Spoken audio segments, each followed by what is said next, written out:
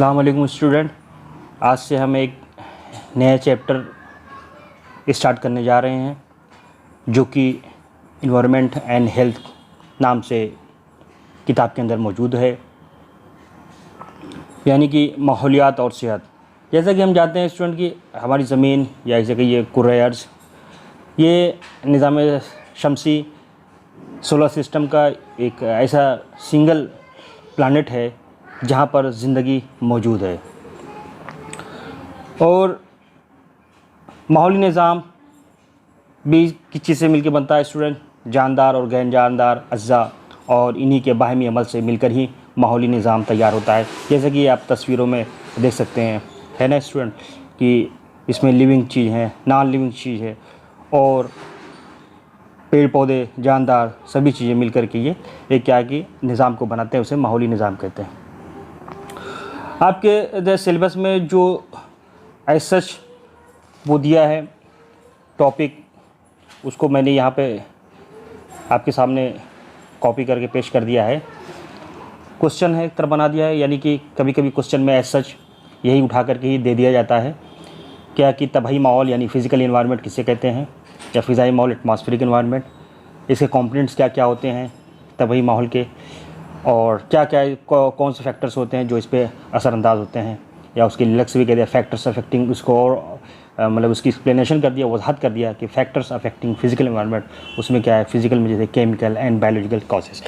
ये तो आपका एक उसका टॉपिक है स्टूडेंट जो आपके सिलेबस में दिया हुआ है। ये इसी को मैं हूबहू यहाँ पर आपके सामने रख दिया है, पेश कर दिया है। अब हम इसका जवाब जानने की कोशिश करेंगे कि असल है क्या तबाही माहौल, है ना स्टूडेंट। तो जैसे ये करें, the word environment is drive from the French word environment meaning in circle, यानी कि जो है से मुराद, इसे माहौल से मुराद हमारे इर्द गिर्द पाए जाने वाला कुदरती माहौल है जो कि हमें क्या है गॉड की तरफ से मिला हुआ है। अब अगर हम इसकी चूँकि ये माहौल इन्वायरमेंट एक वसी इस्तिलाह है ना। अब इसमें environment implies all the external factor, सभी लिविंग नॉन लिविंग, यानी क्या कि यानी जानदार पर किसी न किसी तरीके से असरअंदाज होने वाले तबाही, कीमियावी, हयाती अज्जा और इन तमाम के मजमूई तौर पर माहौल कहते हैं। इसे ही इन्हीं पर ही क्या है कि इंसान की सेहत का दारोमदार होता है। अगर ये सिस्टम ठीक रहा, ठीक है ना, उसके आसपास के जो अज्जा हैं जिसमें कीमियावी और हयाती अज्जा, अगर ये सब चीज़ ठीक रहे तो क्या है कि इंसान की क्या है कि सेहत पर यह असरअंदाज होंगे, और वो अगर ख़राब हुए तो जाहिर सी बात है उसकी सेहत पर अंदाज होकर के उसे अमराज का सबब बनेंगे। अगर वो अच्छे होंगे तो उसके सेहत क्या होगी, उस पर असरअंदाज होकर उसकी सेहत की बहाली की तरफ ये लोग रहनुमाई करेंगे। और स्टूडेंट हम ये बात करें अगर मुख्तसरन अगर हम कहें तो इन्वायरमेंट किसे कहते हैं कि ऐसा मस्कन जिसका अपना तबाही माहौल तबाही माहौली निज़ाम हो, उसे माहौल कहलाता है। यानी पूरा एक सिस्टम हो जिसके ज़रिए से वो पूरा रन कर रहा हो, है ना, तो उसे ही क्या कहते हैं तबाही माहौल या तबाही निज़ाम कहते हैं। फिर ये देखिए कुदरती माहौल में जानदार और गैर जानदार में हमेशा बाहमी अमल होते रहते हैं, इनके आपस में ताल्लुकात बहुत अहम होते हैं। इंसान के बनाए हुए माहौल का भी कुदरती माहौल पर बिल वास्ता और बिला वास्ता असर पड़ता है। अब ये देखिए एक चार्ट है जो आपकी किताब में नहीं मिलेगा, इसको मैंने सर्च किया है ना। ये तकरीबन हाई स्कूल 8th के क्लास की जो जोग्राफिया है वहाँ से हमने इसको निकाला है ना, और आपके सामने पेश करने की कोशिश की है, क्योंकि ये कहीं आपको ना यूसुफ अंसारी साहब की किताब में मिलेगा और ना ये और आपके किसी बुक में ही आपको मिलेगा। तो मैं समझता हूँ इसका आप चार्ट बना लें तो इसमें एक आपको एक मालूम है माहौली निज़ाम होता क्या है। अब जैसे जानदार अज्जा है ना, हयाती अज्जा जिसे कहते हैं, और फिर तरफ गैर जानदार अज्जा, तो अब उसकी सब क्या है गैर कफ़ील, खुद कफ़ील, है ना। आपकी ज़रूरत नहीं, बस आप ये एक चार्ट बना दिया था, चार्ट बना हुआ था, तो उसकी मैंने फ़ोटो लेकर आपके सामने पेश किया है ताकि जो एक तरह समझ में आए कि जो है हयाती अज्जा क्या है और गैर जानदार अज्जा क्या है, वो इसके अंदर पूरा मौजूद है कि किस तरह से पूरा उसका एक सिस्टम बनता है। इसे ही माहौली निज़ाम या सिस्टम कहते हैं। अब स्टूडेंट हम लोग physical environment is the part of environmental surrounding humans that contains only physical element. लेकिन यहाँ हम लोग जो बात करेंगे फिजिकल इन्वायरमेंट की, यहाँ पे हमने सिर्फ उन्हीं को ताल्लुक से बात करना है कि जिससे जो क्या जो फिजिकली यानी फिजिकल किसी का जिसको टच किया जाता है, जिसको महसूस किया जा सके, उसी ही इनकी बात करेंगे जिसमें जैसे वाटर हुआ, मिट्टी हुई, हवा हुए और भी चीज़ें हैं, है ना। जब हम इसका अब इसके बाद जब इन्वायरमेंट आपका शुरू हो गया तो अब यहीं पर ही एयर का, वाटर का और ठीक है स्टूडेंट, फिर उसमें क्या क्या हैजर्ड्स होते हैं, केमिकल्स के हैजर्ड्स क्या क्या हैं, वो सारी चीज़ें हम इसी सिस्टम में पढ़ेंगे।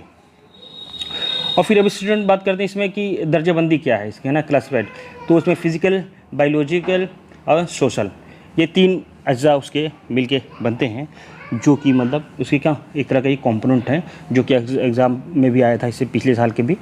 और किसी स्टूडेंट पूछा भी था कि जो है वो ये क्वेश्चन में आया सर इसका क्या है, मतलब इसका अज्जा तरकीबी वगैरह क्या है, तो वो इसमें आपको बताया जा रहा है।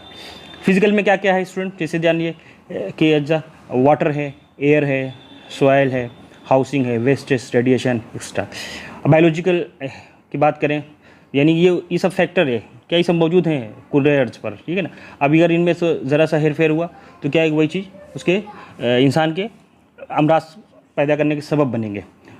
बायोलॉजिक में बात करें तो plant, animal life including bacteria, viruses, insects, ये सब इसके अंदर आएंगे। सोशल की बात करें तो कस्टम हुआ, कल्चर हुआ, हैबिट्स हुआ, इनकम हुआ, ऑक्यूपेशन, रिलीजन,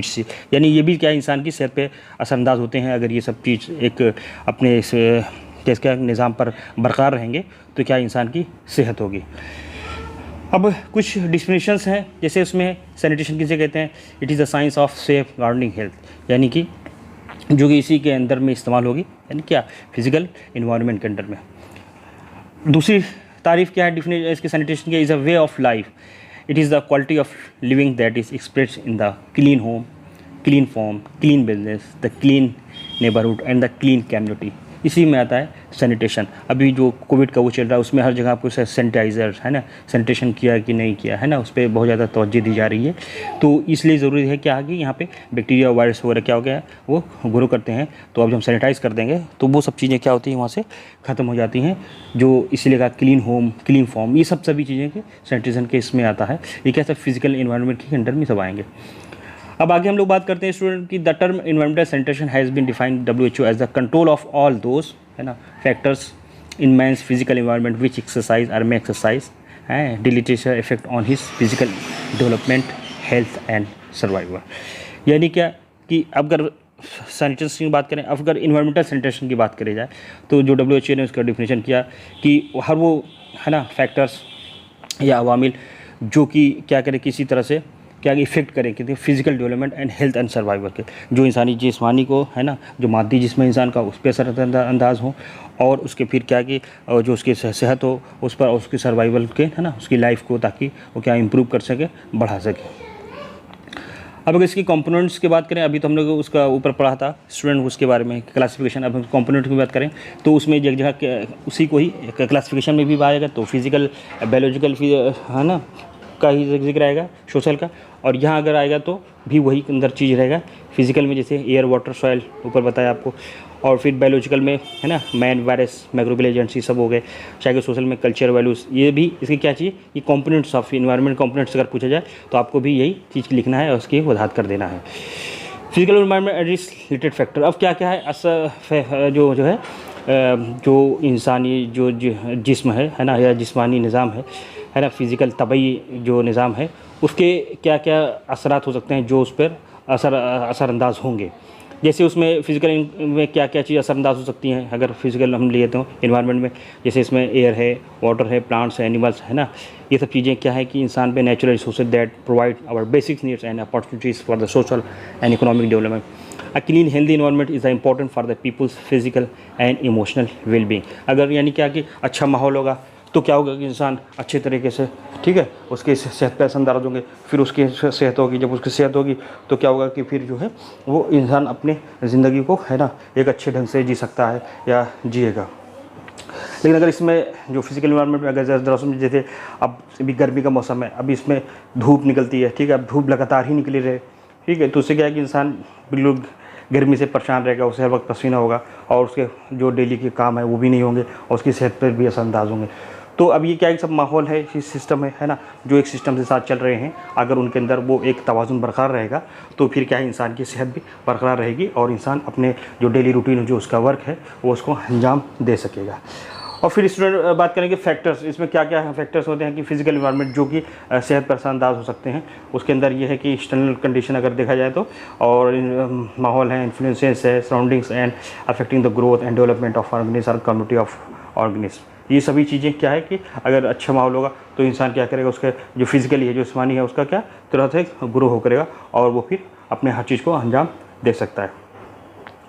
इन्वायरमेंट की बात करें, इन्वायरमेंटल हैज़ार्ड्स की ले लीजिए इसको, यानी कि इन्वायरमेंटल हैज़ार्ड्स में भी क्लास में भी फिजिकल, केमिकल एंड बायोलॉजिकल। उसमें क्या क्या फिजिकल हैज़ार्ड्स में अगर हम बात करें तो उसमें जैसे इंक्लूड एयरबोर्न पार्टिकल्स, है ना, humidity, equipment design and radiation. ये सब क्या है कि ये हैज़ार्ड्स हैं, यानी कि ये असरअंदाज होते हैं, है ना। जब ये फिजिकल इन्वायरमेंट में असरअंदाज होगा तो ये क्या इस तरह के फिर उसके दूसरे में कन्वर्ट हो जाएंगे, फिजिकल हैज़ार्ड्स की तरफ हो जाएंगे। जब ये क्या क्या कि ये नुकसानदायक की अपनी हालत में आ जाएंगे तो ये हैज़ार्ड्स के अंदर शुमार होंगे।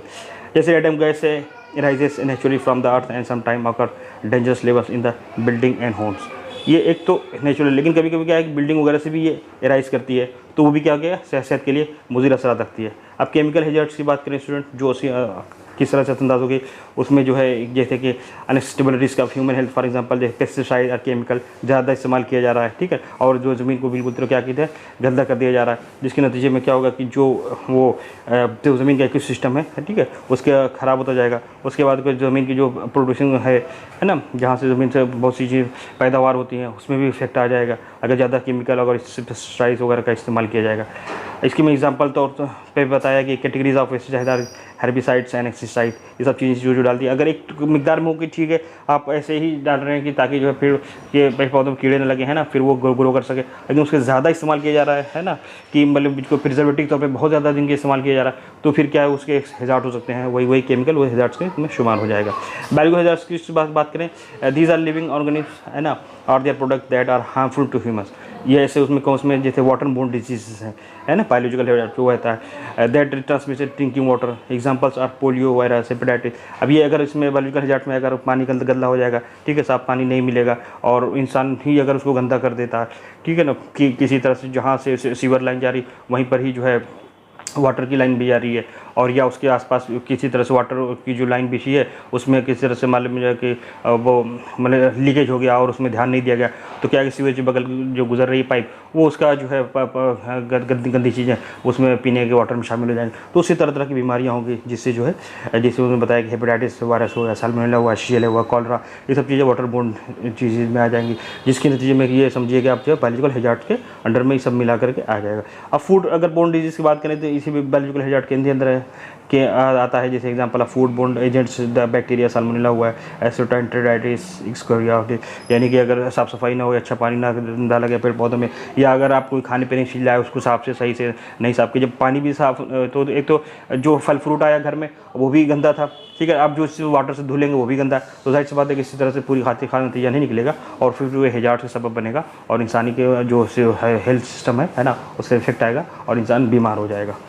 अब वेक्टर बोर्न नंबर तीसरा बायोलॉजिकल हैज़ार्ड्स में ही बात करें तो उसमें वेक्टर बोर्न का भी जिक्र है ना, जिसमें आप देखेंगे उसमें आफ्टर एग्जाम्पल तौर पर dengue, malaria transmitted by mosquito and plague and मैच में haemorrhagic pesticides by the fleas, यानी ये सब बताना ही चाह रहे हैं कि अगर जैसे डेंगू वगैरह कहाँ फैलता है, ऐसी जगह पे जहाँ पे पानी वगैरह का रिटेंशन हो, ठीक है ना, और या गंदा पानी कहीं ज़्यादा भी रुक रहा हो, ठीक है, साफ पानी का रुक रहा है तो उसमें डेंगू होगा, गंदा पानी है तो उसमें मलेरिया होगा, और इस तरह की और भी जो बीमारियाँ हैं वो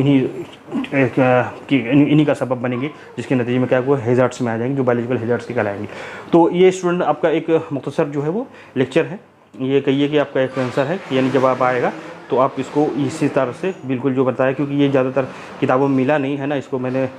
भी जो है 2-3 किताबों से ही लिया है, तो इसको आप पढ़िए इंशाल्लाह। बाकी अगर ना समझ में आए तो आप हमसे क्वेश्चन करिएगा, है ना, जब हम जिस पर और डिस्कशन करेंगे तो आपको वहाँ पर हम पूरी तरह से क्लियर कर देंगे, ठीक है ना, कि व्हाट इज़ फिज़िकल इन्वायरमेंट, है ना, तभी माहौल क्या होता है और किस तरह से ये असरअंदाज होते हैं इंसानी ज़िंदगी पर, और फिर आपका ये क्लियर हो जाएगा, ताकि एग्ज़ाम पॉइंट ऑफ व्यू से आएगा तो अगर आप नई पॉइंट अगर लिख देंगे तो आपका इंशाल्लाह अच्छे से मार्क्स भी आएंगे और आपका क्या सलाहियत में भी ग्रो होगा। ओके स्टूडेंट, ये थी एक मुख्तसर सी मालूमात, हम लोग मिलते हैं नेक्स्ट, तब तक के लिए मुझे याद दीजिए, अल्लाह हाफिज़।